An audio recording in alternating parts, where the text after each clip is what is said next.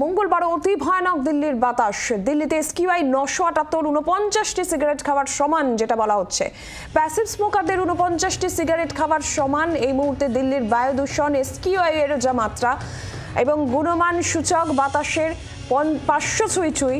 সকাল থেকেই ধোঁয়াশার চাদরে রাজধানী দিল্লি দৃশ্যমানতা কমেছে। প্রশাসনের কড়াকড়ি একাধিক পদক্ষেপ ইতিমধ্যেই নেওয়া হয়েছে। সর্বোচ্চ নিয়ন্ত্রণ বিধি জারি করেছে দিল্লি সরকার, কিন্তু কিভাবে এই পরিস্থিতি নিয়ন্ত্রণে আনা যাবে সেটা নিয়ে এই মুহূর্তে চিন্তায় দিল্লি সরকার, চিন্তায় কেন্দ্র।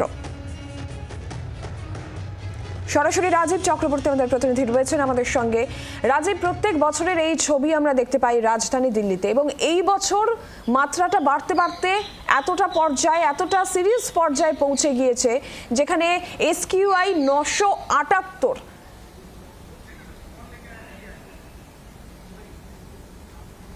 একেবারেই দেখো, পরিস্থিতি ভয়ঙ্কর বলা যেতে পারে, খারাপ, অতি খারাপ, মারাত্মক থেকে ভয়ঙ্কর জায়গায় পৌঁছে গিয়েছে, যেখানে দূষণের মাত্রা একেবারে চরম সীমায়।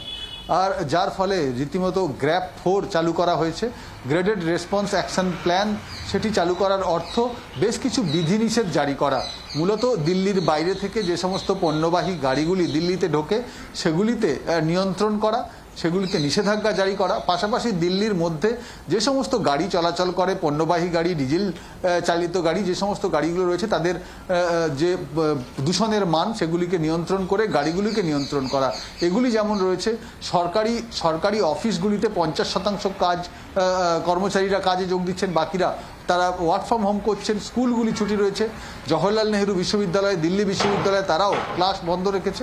এমনই রীতিমতো পদক্ষেপ করা হয়েছে। কিন্তু মূল যে বিষয়টি নীলাঞ্জনা, সেটি হলো দূষণ। সেই দূষণ কিন্তু কোনোভাবে কমছে না। আর যা নিয়ে শুরু হয়ে গিয়েছে রাজনীতি। আমরা জানি যে সামনের সপ্তাহ সোমবার থেকে সংসদ অধিবেশন শুরু হচ্ছে, শীতকালীন অধিবেশন। সেই অধিবেশন শুরুর আগে দিল্লির পলিউশন, দিল্লির দূষণ একটি বড় ইস্যু। এই যে বিষ বাষ্প, সেই বিষ বাষ্প নিয়ে ইতিমধ্যেই আম আদমি পার্টি বনাম বিজেপির মধ্যে কিন্তু রাজনৈতিক লড়াই শুরু হয়ে গিয়েছে। দিল্লির যিনি পরিবেশ মন্ত্রী, তিনি গোপাল রায়, তিনি আজকে দাবি করেছেন যে কেন্দ্রীয় সরকারের উচিত এ বিষয়ে কঠোর পদক্ষেপ করা, এবং শুধু দিল্লি নয়, এই যে নিষেধাজ্ঞা অর্থাৎ যে GRAP 4 সেটি পুরো উত্তর ভারত জুড়ে লাগু করা উচিত। তবেই গিয়ে দিল্লি সহ আশেপাশের অঞ্চলগুলি, যেটিকে NCR বলা হয়, ন্যাশনাল ক্যাপিটাল টেরিটরি, সেই NCT-তে কিন্তু পলিউশন কম হওয়া সম্ভব, যদি কিনা উত্তর ভারত জুড়ে এই নিষেধাজ্ঞা জারি করা হয়। এক্ষেত্রে দাবি করা হচ্ছে যে বিজেপি শাসিত রাজ্যগুলি তারা নিয়ম মানছে না।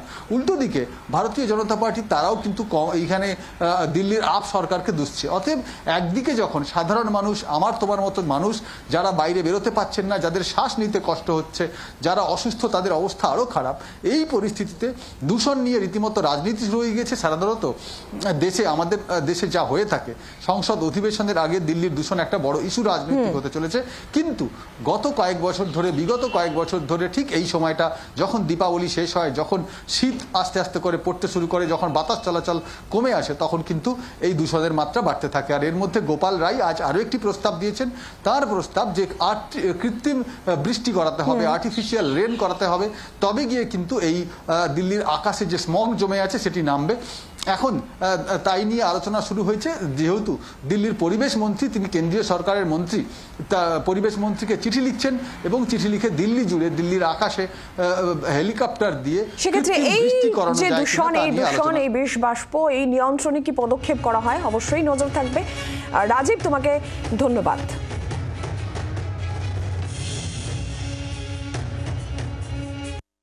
कल की तो यही एयर क्वालिटी थी कि अगर आप 49 सिगरेट्स पीएंगे तो उसके इक्वल है दिल्ली की एयर ब्रीथ करना एक दिन में।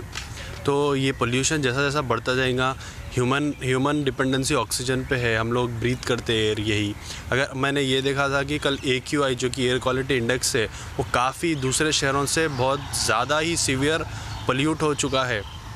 तो अगर ऐसा ही चलता रहेगा तो हेल्थ ख़राब हो जाएंगी, इसका इम्पैक्ट भी इकोनॉमी पे आ सकता है। বাংলার আওয়াজ, বাঙালির আবেগ, জি 24 ঘন্টা।